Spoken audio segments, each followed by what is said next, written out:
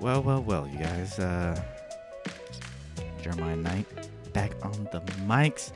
Yes, at a time where you probably didn't expect me here, but I'm not alone. Got a guest here. Yo.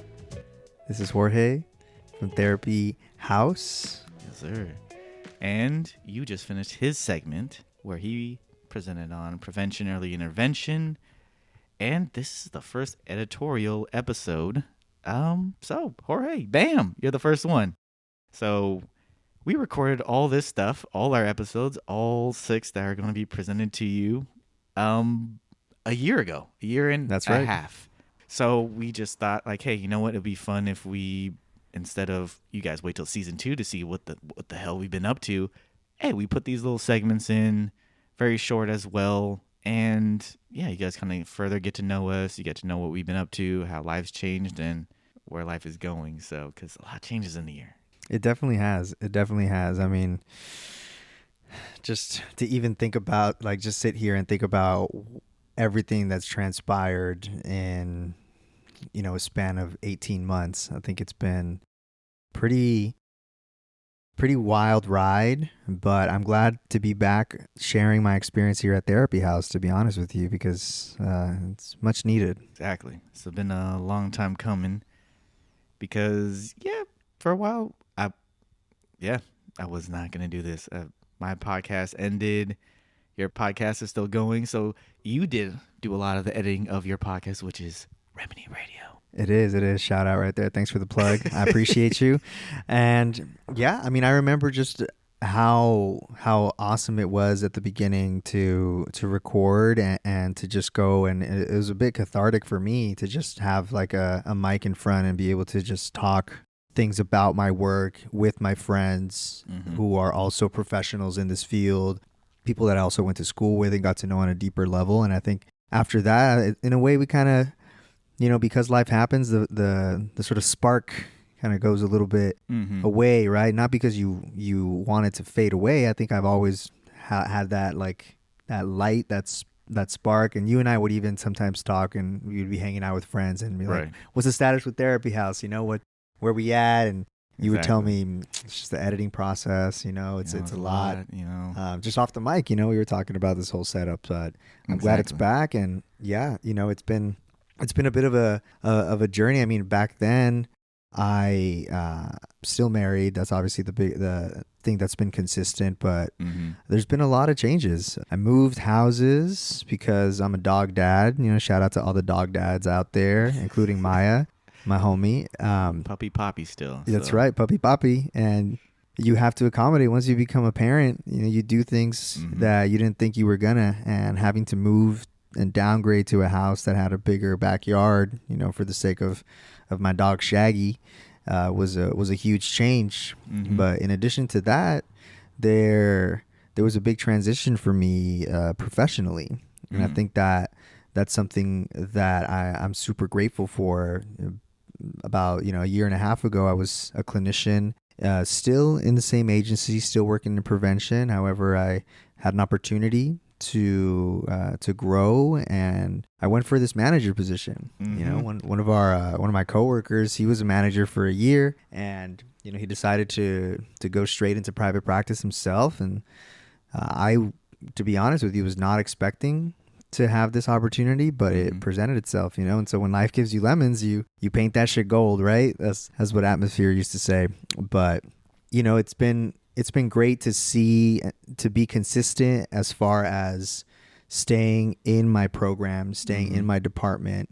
Just recently, we had an employee who celebrated their 10-year anniversary. And so I thought that was great. I think that's inspirational, especially in this field where it can, within the field, right, within colleagues, you talk a lot about burnout. And, that's part of the thing here in Therapy House that people will talk about, and our listeners will get a chance to hear that there's a lot of struggles, but to hear that somebody is been in this field for 10 years, the fact that multiple generations have been able to receive their services, I think that's inspiring.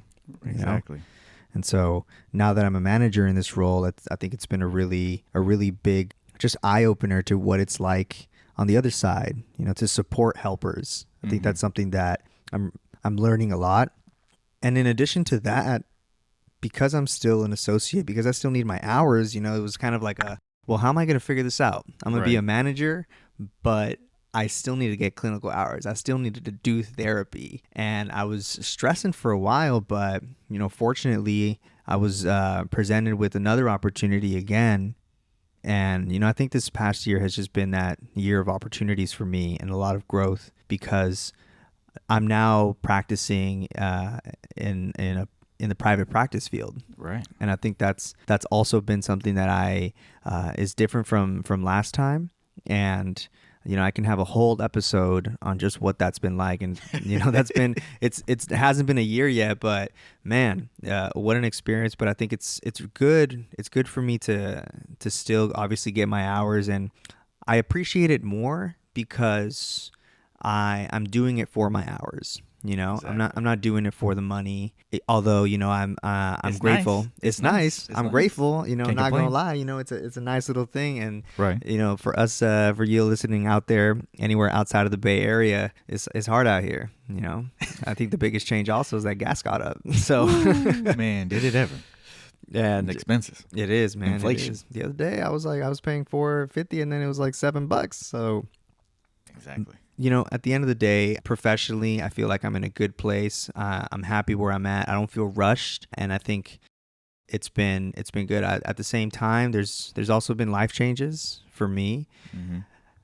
The biggest one being that, I don't think I shared this in the first one, but I was born in Mexico, so I wasn't born here in the United States, and so for the longest time, I held the status of undocumented, Mm-hmm. illegal, alien, wetback, whatever you want to call it. That was me, and shout out Obama for DACA. Shout out, I think recently the Superior Court ended up kind of just prolonging the process, so people are still Mm-hmm. eligible, but the biggest thing, Maya, that for me has been a game changer just overall has been the fact that I'm no longer undocumented. I have Yep. a green card. I'm legal, bitches, and You ain't going man, nowhere. yeah, I ain't going nowhere. I'm going to be traveling to Mexico soon and returning to the motherland.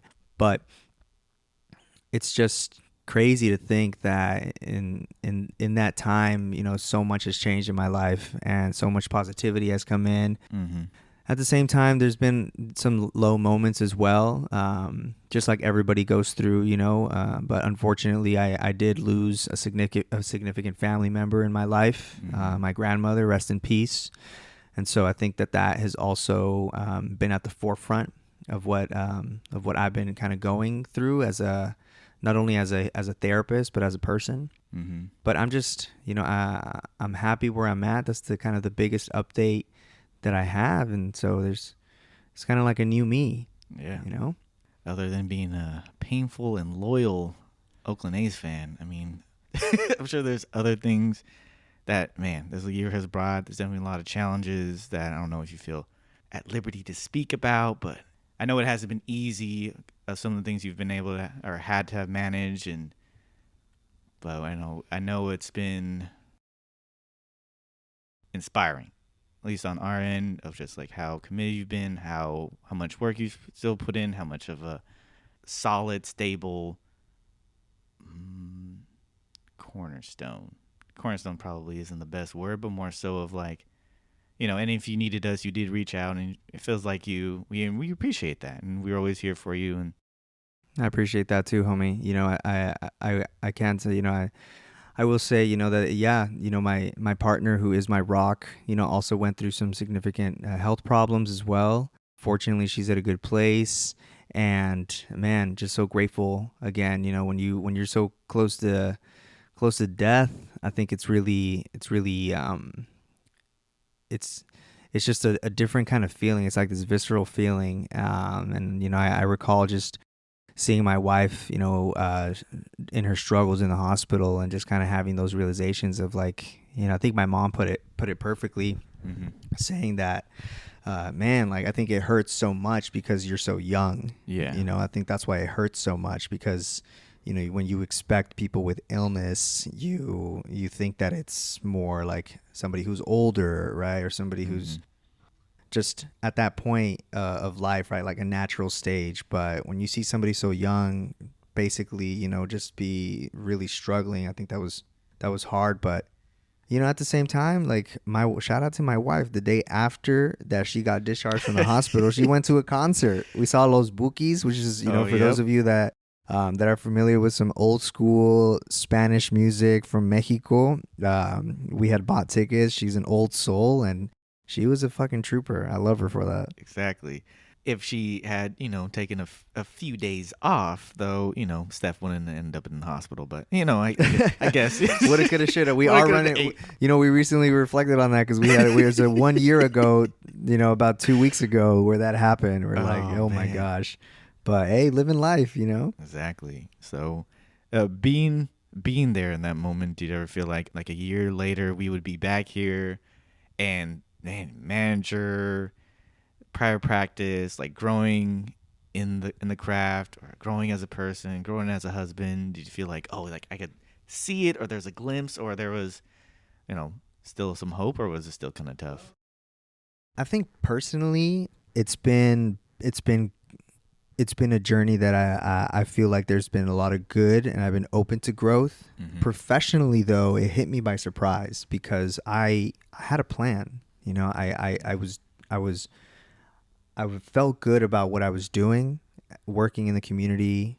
I was working in the South Side, and it was a new experience for me because I had primarily did a lot of my work in East San Jose. Right. And so just being able to be at a different part of San Jose with how much pride I feel living in San Jose, I didn't want to change. I was comfortable where I was at, and I also felt like I was being challenged every day as a clinician. I had a great relationship with my supervisor, and that really like flipped the script for me. Right. But it's one of those life decisions, right, that you have to kind of embrace when you go for it, and you have to commit. You can't be on the fence for too long. Yeah. And that, I think that was for me, like that moment of like, this is what I've been wanting to do, and I can talk more about just my reason of wanting to be a therapist, but I've always wanted to help people, and I think as a manager, I've always envisioned myself doing something in that capacity. I obviously want to continue to do therapy, right, but being in that admin role, I mean, you get to see behind the scenes, and that's one thing that I've always wanted to be a part of. And I have experience doing that, but now that I'm doing it in real time, it's been a learning lesson. I'll tell you that. All right. So, well, since we're already here, how's it feel to be a part of the problem? Crossing the to the other side. How's it feel? It feels good. I've always been a Darth Vader fan. But to be honest with you, like I joke around with this with my wife because we're huge Star Wars fans. And I'm like, you are on the dark side, and I feel like I'm on the light side for sure. I don't think I can be a Darth Vader as much as I like him. But You sure? I don't know, I don't know. You're pushing productivity now. I am. Let's say last year you were complaining about productivity, but now I was, and if any of my coworkers are listening to this, just I feel, that this is it's so impossible, and the turnout and the turnover rate is ridiculous, and that's why I felt so good about where I was at, because I had a lot of safety to talk about these things, and I can still talk about it, obviously, but whether it was with colleagues or even venting to my supervisor or anything like that, like there was something that I can relate to, and I feel like my group got a little bit smaller as part of like what I can talk about, right. And I knew that that's what entails this job. I think this job itself, you have to deliver the good and the bad. But I think one thing that has been helpful is when you're direct with people. I think that's the biggest thing, because when you don't feel confident, people can sense that. They smell it. Yeah, they smell it. Yeah, the what is it? The wolves are at the door, as they say. But I feel like, yeah, man. I mean, there's a lot of gripe that I can talk about, and I feel like we can go on about this because it's tough, man. Seeing how, like, it's a numbers game, but you're dealing with people. Mm-hmm. And, I think it takes a lot of people who are sensitive to like just humanity as a whole in order to like to be buffers to like the numbers and the business side. Right. And I think, one thing that that probably makes people a little bit cold to like this work, especially when you work in admin or in a leadership role. And I'm not speaking on behalf of my company. I'm just speaking on the reality that Right. when you're in admin, there's a distance now between you and your clients, or between the client and you. Exactly. There's no, you no longer are waking up in the morning and getting ready or thinking about the client that you're going to see the next day. You're thinking about the email that you got to get back to. You're thinking about the report that you got to finish. And so you kind of forget. You kind of forget that you're dealing with people. Right. And there's ways that you can remind yourself of that.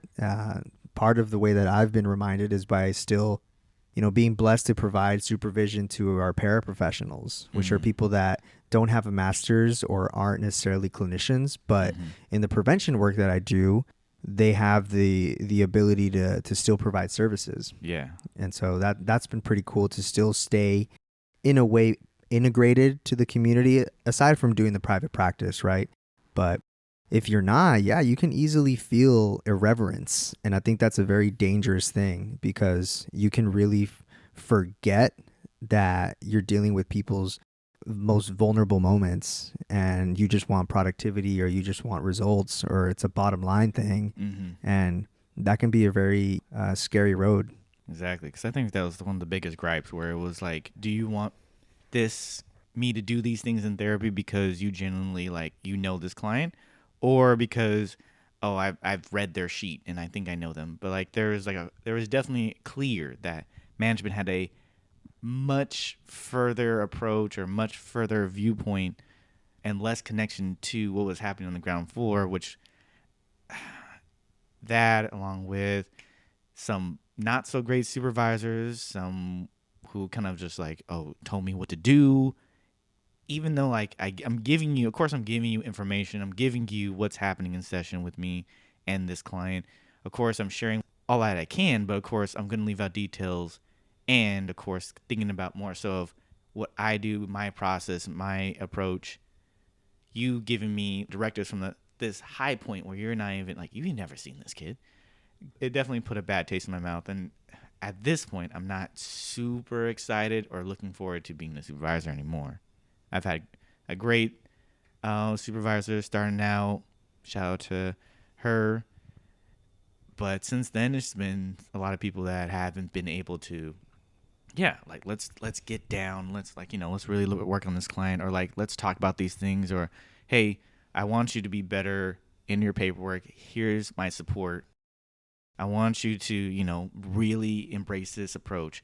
Let's talk about it. Let's see what interventions you're using and how you're flowing. But no, some are just like, I'm so distant from the numbers. So for you, I think for season 2, I'm really thinking about like space and what kind of space clinicians create, what kind of space supervisors or nurses, an environment that you feel like you can take pride in, and that evokes healing or learning or whatever emphasis that you're putting on. For you, when you're being a manager, being a supervisor, working with these paraprofessionals, what kind of space are you trying to create? Where are you trying to put the emphasis on? Well, I think I'm trying to, and any one of my of the people that I work with you can call me out on this, if they feel like it. In the comments. Yes, please do it. But I try to create just like a. Like I try to use my clinical skills, and I hope that doesn't sound cliche, but like I try to show up in the room like with a sense of like, we're a team here. And I think what's tricky for me, and I can admit to this, is that, these used to be my colleagues, or my coworkers, right? Like we were all at the same level. And for me to then remove myself from that, and now, be in a position of power, right? Or be in a position of influence, I feel like I have to always be mindful of that. Versus if I was going into a role and somebody who and just not knowing these people, I don't know, maybe it'd be a little bit different. Maybe because I'm a little bit more distanced, I don't have that rapport, but I've built relationships with these people for almost 3 years before this position. And I think that's what's been actually helping me just be present with them. And I think I try to exemplify what's been given to me. And I've had the fortune of having supportive managers, people that listen to me, not only managers but supervisors, people that give me advice, people that humbled me and let me know when I was doing something that perhaps I could grow from, or when or challenging me, giving me honest feedback. And so that, I think, was a model for me to then apply that to the people that I'm working with. And my goal is to always make people feel like their best version of themselves that day is enough. And I preach it. I've never been a coach before. I've never been like a full-blown teacher, but I think this job has compelled me to be a little bit more positive and to be a little bit more hopeful when things get tough, Right. And things get tough in the community-based organizations a lot. Oh yeah. And just it goes without saying that there's always changes, there's always turnover, and I'm just blessed to be part of a team that has had consistency because of the turnover rates, because of the reality of what this job entails. However, I was just thinking about this today when I was driving. I was like, I got through the pandemic not only with my friends, with my family, but with my coworkers. And that was something that I didn't really ponder too much about, because it was like you just go to work and it's like a routine. You try to, by the end of the day, you want to clock out.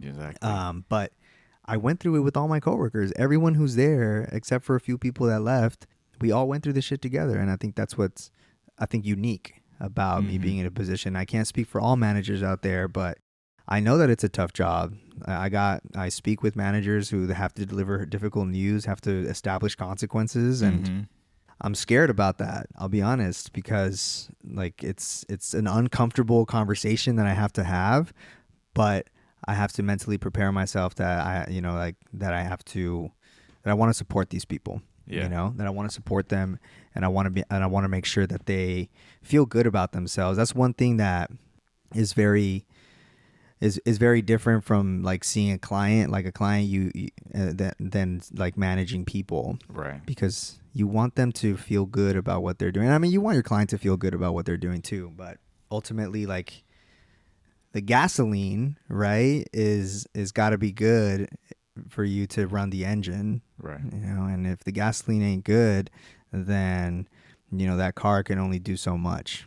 Hey, it might do a little bit more if it's $7 a gallon, right? It might, exactly. But I do hear the emphasis on we're connected.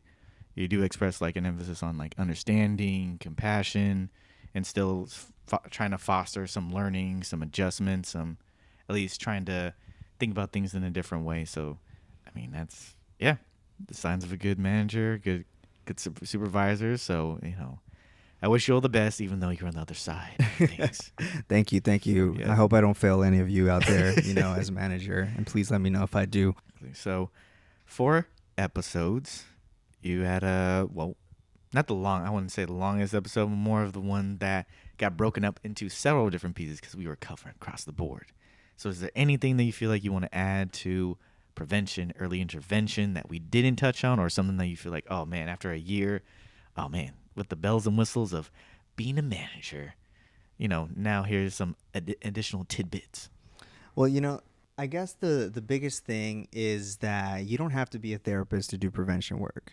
And I hope everybody who listens here knows that although Therapy House is a place where you're gonna get a chance to hear the helper's journey, and you're gonna get a chance to hear the behind the scenes, that if you want to help someone, you don't have to have a credential to do it. And I think that's one thing that I've learned in this role in prevention, is that if you can do a good deed and support somebody, whether it's take that first step, or whether it's just listen to them, or or help somebody, just like linking them to somewhere like a service, then that's prevention. Right. That's prevention, because somehow, some way, it's like that butterfly effect, right? Where if you didn't help this person out that way, like you've influenced them to a certain extent. And I'm not saying it's a perfect system, but I will say, that a good deed, and I think philosophically, is an act of prevention.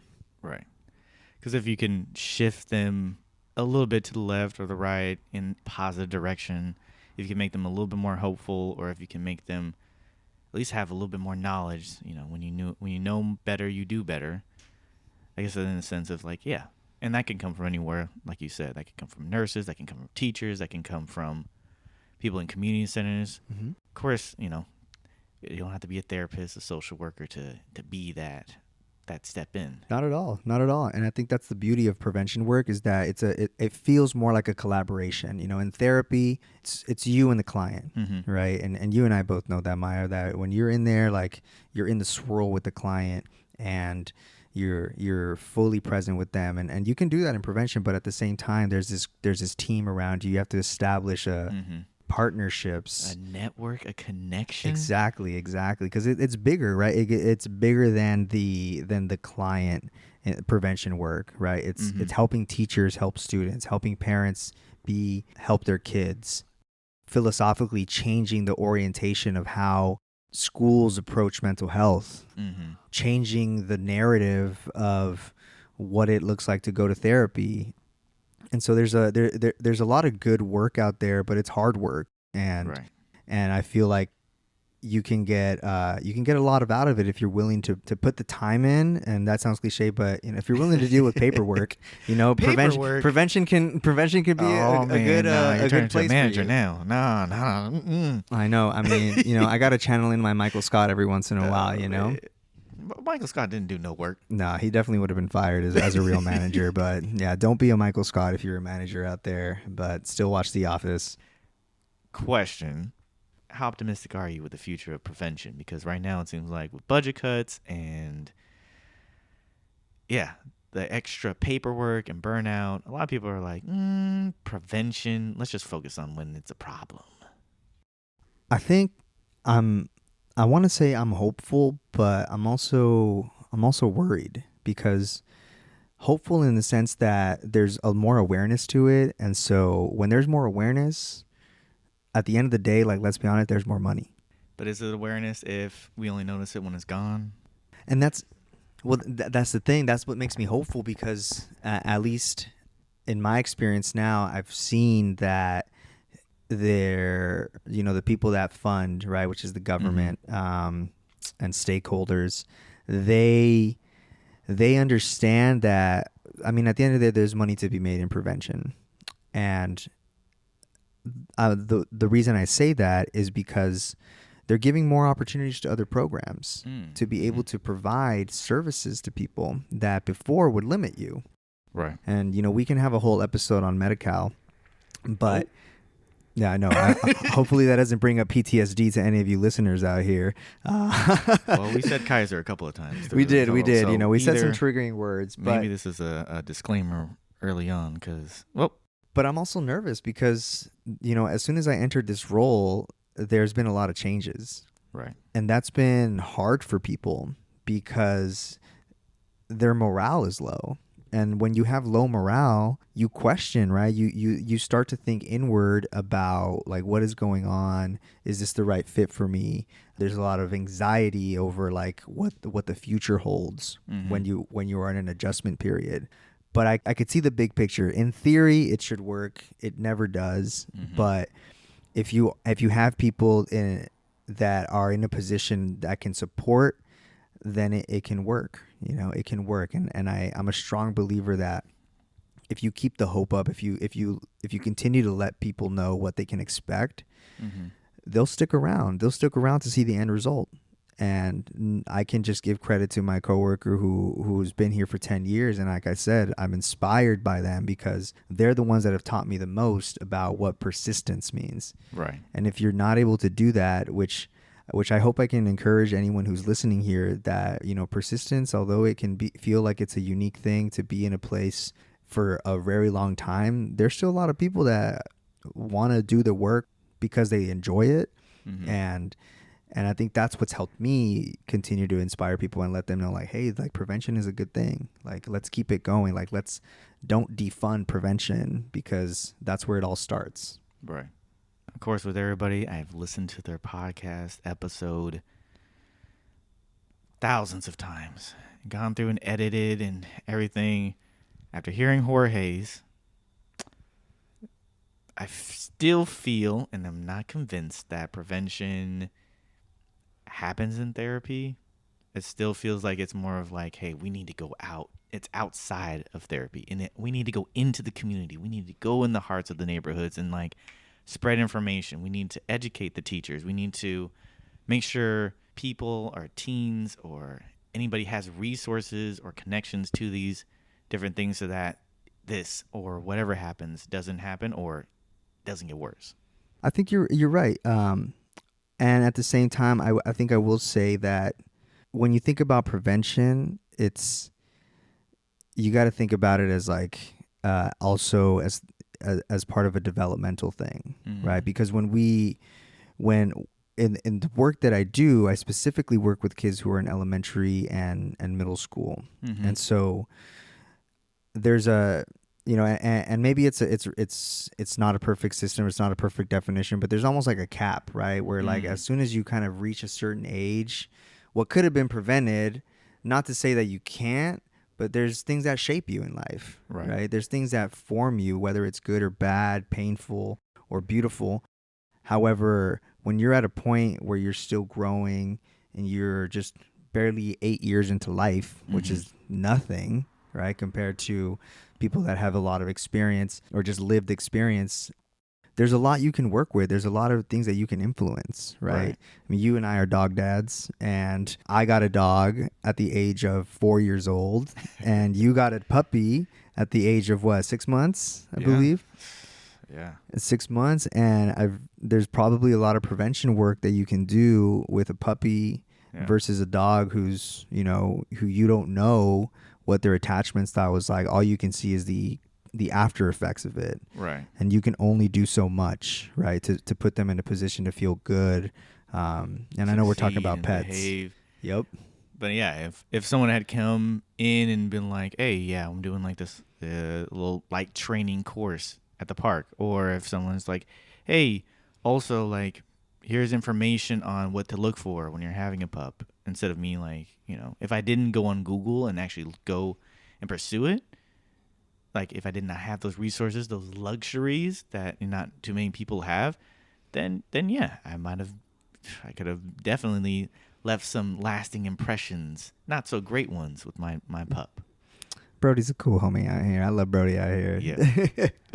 And Shaggy, you're not a lost cause, I promise you. You are loved, and you are smart, and you probably will never know that I said that because you're my dog.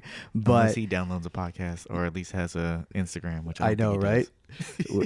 I mean, I guess that's the part where I feel like it does happen in the therapy room, right? Like it does occur because if you do get a chance to see a client, which we have clinicians, right? We have people that process, then that's that positive experience in counseling that they had where they're like, oh, in the future, I remember that a therapist told me that I can reach out for help, right? If I'm going wrong. So if you start at an early age, good things can happen. It's not always a safety net. It's not always a guarantee, but I've really seen that the sooner you start, good things can happen. Fair enough. I guess we are preventing things from getting worse. I wouldn't call it early intervention, but I guess we can agree to disagree here. I think, yeah. And I mean, you're still going to see people that have, are predisposed to depression or going through various mental health issues. And that's where the early intervention piece starts. But that's why it's so important to put that to understand that developmental piece, right? Where prevention comes in at a certain point in life. And should, yeah.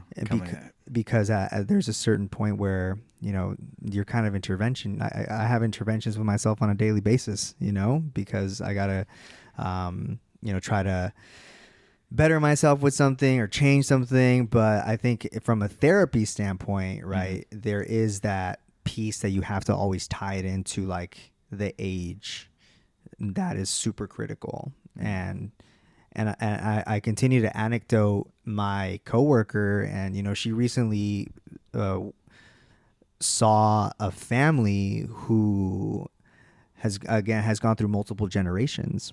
And so it's almost that qualitative data that you don't get in the intervention part, because you're able to see how things happen when they used to see this client at the age of 5 to now at the age of 16, Right. To now at the age of 21, where they're now hearing reports from their parents. Dang. And you're just like, wow, like this, perhaps something that I did when they were 5 has now shaped them to where they are now. That's why we stick around, to see those moments or see that growth or change. And so, yeah, that's why we keep doing the work. So thankful for the experience. You got it. Go to prevention. Yep. So to end this episode, I think the people are dying to know, how's your prevention with those loinas? With those what? Loinas. Lonas? Love handles. I am trying to prevent this. I know. Yes, I am. Those love handles. What? How do you say it? Las lonjas. Is that not what I said? Okay. No, you said lonas out here. Lonjas. There you go. See, Get that on there. That's those lonjas. How's that going? You in the gym, or are you running, or? I'm not hitting the gym. I'm doing a little bit of yoga with my wife. Nice. So that's been kind of cool to set my mind right, and just trying to do like the old school, just push-ups, squats, just trying to keep it, trying to not punish myself for not going to the gym, and trying to be okay with the fact that this is what I got so far. Exactly.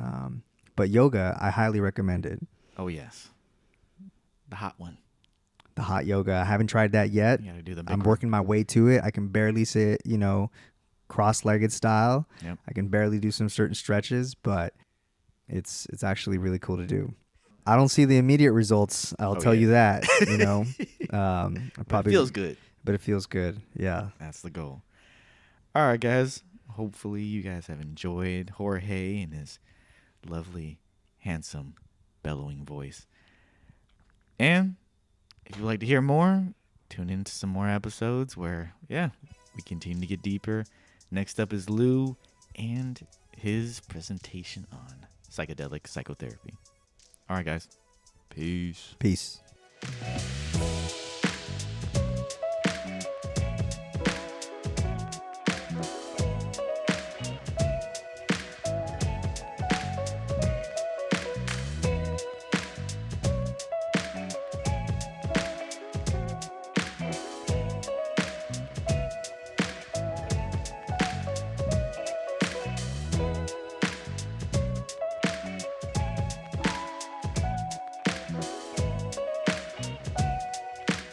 Thanks again, everybody, for tuning into Therapy House.